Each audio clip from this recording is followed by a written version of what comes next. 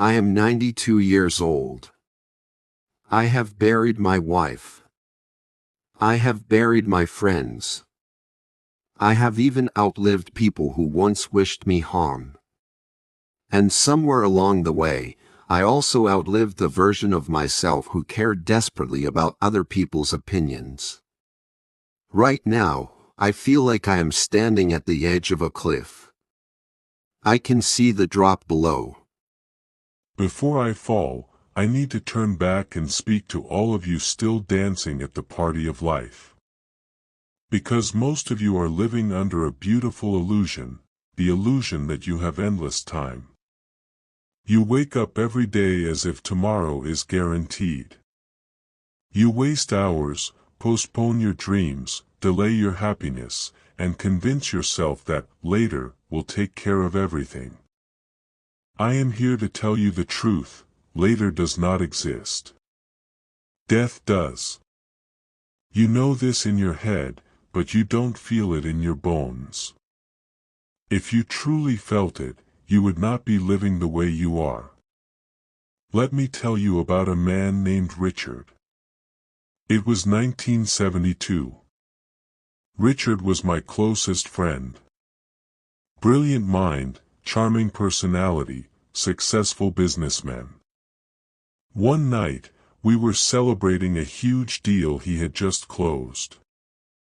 He leaned back in his chair, lit a cigarette, and said, "5 more years.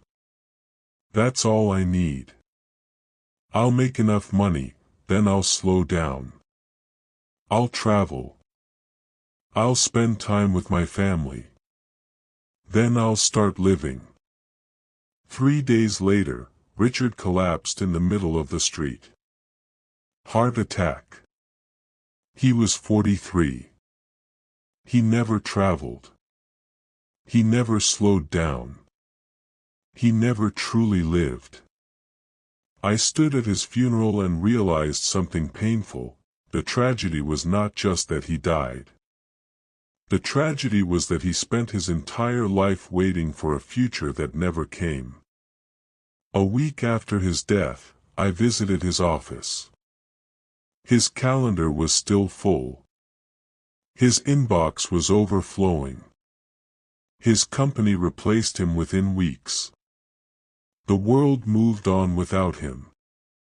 And now, as I look at you, I see Richard everywhere. I'll be happy after the promotion. I'll relax after I make more money.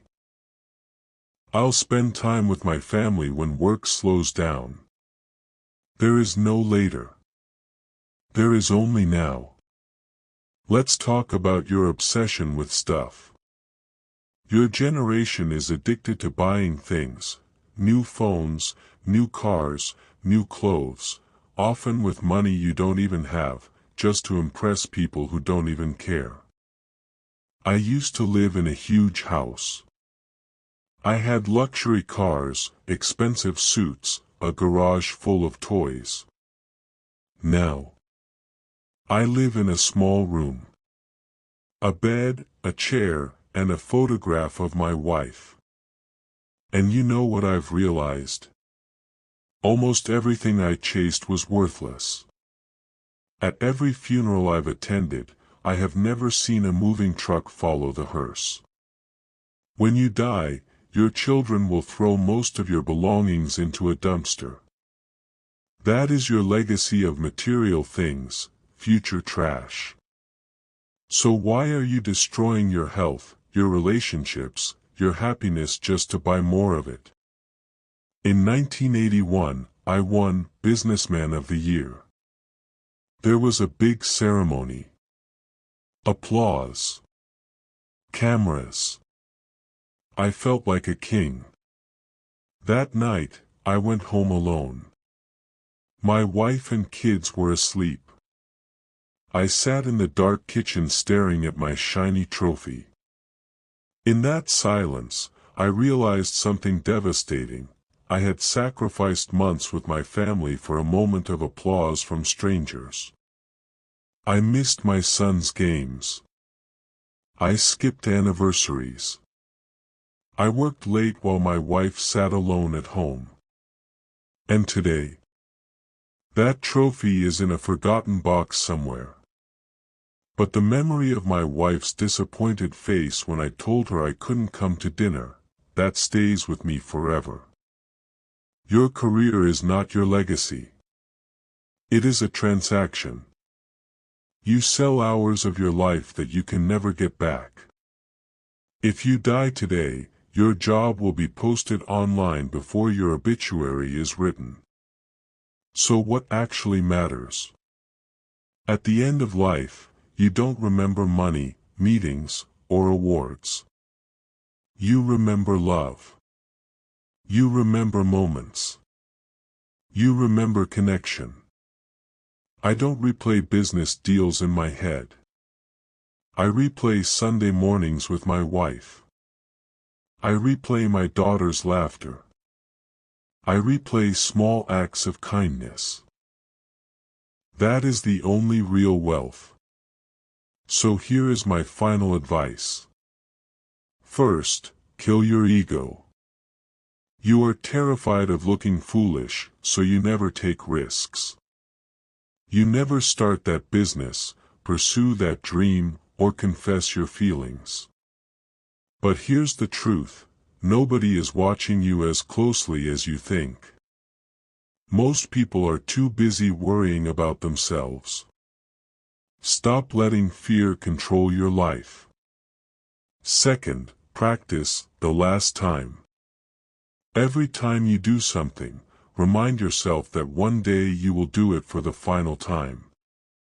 One day you will hug your child for the last time. One day you will kiss your partner for the last time. One day you will drink your last cup of coffee. If you live with that awareness, you will appreciate every moment more deeply. Third, wake up. I am old.